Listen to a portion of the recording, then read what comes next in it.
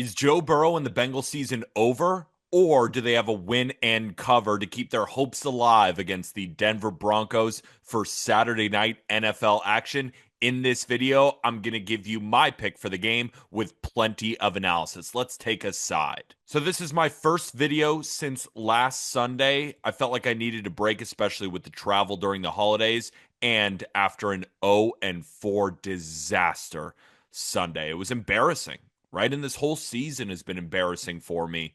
I was going for my fourth straight profitable season. We were electric from 2021 to 2023, and now we're down over 11 units on the season. It's crushing, right? I work super, super hard to give you as much analysis as humanly possible. I feel the losses just as much as you do, and it stinks, but it ain't over yet. And this is the start of what I think is going to be a heater to get us right back on track. Nothing can be done in just a singular game, but if we keep making smart bets, we work on our analysis, which I did in this off time to get us better numbers. That's what I see as being successful in this road. So hopefully you're with me. Hopefully you leave a comment, like the video, and subscribe before we get started. And also turn on post notifications as my Sunday video features a play of the month. I'm can't wait to get into that pick. So make sure turn on post notifications and check that video out, which will come out Saturday. And a reminder that this channel is sponsored by BetMGM. It is the perfect time to use promo code JustGridiron for a first bet offer up to $1,500. Deposit at least $10, and if you lose your first wager on BetMGM after using promo code JustGridiron, you'll get it all back up to $1,500 in bonus bets, people. However, gambling problem, call or text 1-800-GAMBLER. Must be 21 years or older. Terms and conditions apply. So let's set the scene.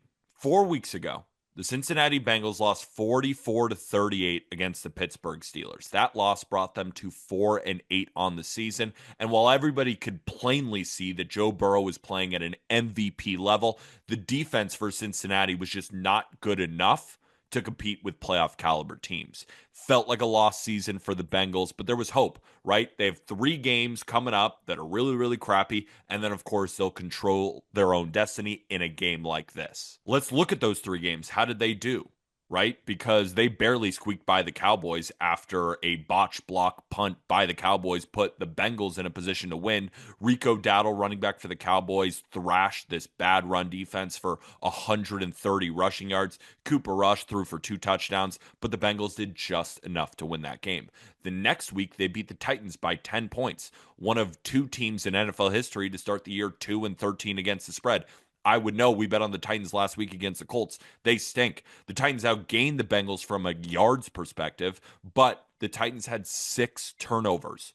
Joe Burrow was noticeably upset, even in a win, because, right, they did come out on top, but they weren't playing good football as they had 4 turnovers themselves. And then last week, they beat up on the lowly Browns with DTR at quarterback, arguably the worst in the league. The Browns, though, still had plenty of success running the football, but the Browns again had 3 turnovers, basically handed the Bengals the game. So, do you think that the Bengals are fixed and that this is a playoff team that's getting hot at the right time? No. I think they took advantage of a schedule that basically gave them 3 free wins. But the market has adjusted them to 3 or 3.5 point favorites over a 9-6 Broncos team. I understand why the market would be bullish on the Bengals here. It's a playoff type game. It's Joe Burrow versus Bo Nix, and Joe Burrow is at home. But football is a team game, and the Bengals have let Joe Burrow down in these type of games all season long. And it starts with that bad Bengals defense. We've been talking about it all season. A good defense, according to Bill Belichick and basically anyone who watches football, starts with a good run defense. The Bengals ranked 29th out of 32 teams in rushing EPA per play. Just in the last 3 weeks, the Titans, Cowboys, and Browns backfields, we know how good they are. Just kidding. They have averaged 5.2 yards per carry against the Bengals. They aren't very good against the pass either, ranking 20th in dropback EPA and 22nd in success rate. So the question is, can Bo Nix take advantage here? He is a rookie after all, but the Broncos, during this 5-week stretch, right? They've been putting up 30 points consistently. 27 against the Chargers was their lowest point total over the last 5 weeks. Now, I'm not saying Bo Nix is a great quarterback. We faded him before and lost. But against bad defenses, Bo Nix can thrash them, right? Especially a bottom 10 defense like the Bengals have, or even bottom 5. The only defense that Bo Nix has faced that's worse than the Bengals this year, the Panthers, where he threw for 287 yards and 3 touchdowns. His poorest games kind of came earlier on in the season against defenses like Seattle, Pittsburgh, two really good defenses. He also had a crummy game against the Jets. They ended up winning that game, but kind of 10-9 game in the cold. It was weird. And then he did struggle against the Ravens. Again, a better defense than this. Since he wishes they had defenses as good as this. And on shorter rest, right? Because the Bengals, they played on Sunday. Now they play on Saturday. I expect the Broncos offense to continue to roll here just like they have over the past 5 weeks. It doesn't even have to be all on Bo Nix as well because the Bengals run defense is worse than the pass defense.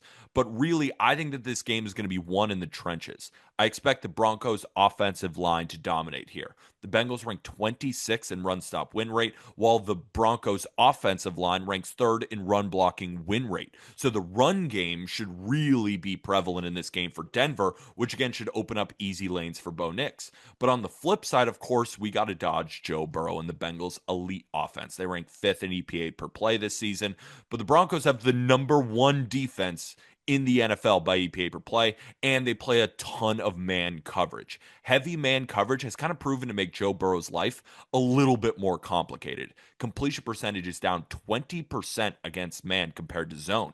The Broncos defense hasn't looked quite as elite lately, right? You can see it leaking slightly, especially in the secondary, but they get a big addition back in Riley Moss, which is huge, as they now have the firepower to put Pat Surtain and Riley Moss to go up against T. Higgins and Jamar Chase. Now, the Bengals offensive line also got some good news, but I expect the Broncos defensive line to still win in that section of the game. They have arguably the best defensive line in the entire NFL, producing the third highest pressure rate, and they rank fourth in pass rush win rate. The Bengals have also been terrible at covering spreads at home this year. 2-5 against the spread. And the Broncos, when they actually get out of Denver, they've been the best at covering the spread this entire season in the NFL. But away from home, 6-2 against the spread. It's a big game for Bo Nix, and I know he's a rookie, but again, he's not a normal rookie, right? He's already 24 years old. He's played in so many big games in college. I think he's ready for a moment like this. And again, right? We don't want to reduce this game to Joe Burrow versus Bo Nix. I think that's what gets you the 3.5 point spread. But football is a team game. It's not just about the quarterbacks. And I think this game will be won in the trenches where the Denver Broncos have the advantage both on the defensive line and the offensive line. And they also have fresher legs, right? Because they're playing on Thursday compared to the Bengals who are playing on short rest, a day less than they would normally get. So the Broncos, I have a fresher team that should win in the trenches here. Screw your points. I don't even want them. I think that the best bet in this game is the Broncos money line plus 150. Because the way I'm kind of reading it here, if my analysis comes out to be correct, the Broncos should be able to get a lead and then run the ball effectively in the end to keep that lead. Now, if Joe Burrow turns into Superman and dominates the way that we know he can, even against any offense, it may be too much to handle, and the Bengals not only win, but they win with margin. I don't think that's going to be the case. I think the Broncos set the tone early in the trenches, run the ball out, and win the game outright. So give me the Denver Broncos plus 150 on the money line, risking 1 unit to win 1.5 units. I think those Bengals money line parlay tickets and their hopes of making the playoffs die on Saturday. So let me know what you think about this pick. I'm really excited. Should be a great game. And also, again, be on the lookout for my Sunday video. My play of the month will be on Sunday, and I also have other picks to talk about. So make sure to turn on post notifications so you get that play early. But I think we're going to go 1-0. Let's start something fun. Let's start something fun with a big money line underdog to give us a little bit of a spark into Sunday where we hit our play of the month. We hit our other plays as well, and let's get this thing rolling. Like if you're with me, comment if you're with me, and we'll see you after it's done. Let's go 1-0 on Saturday. Why not us?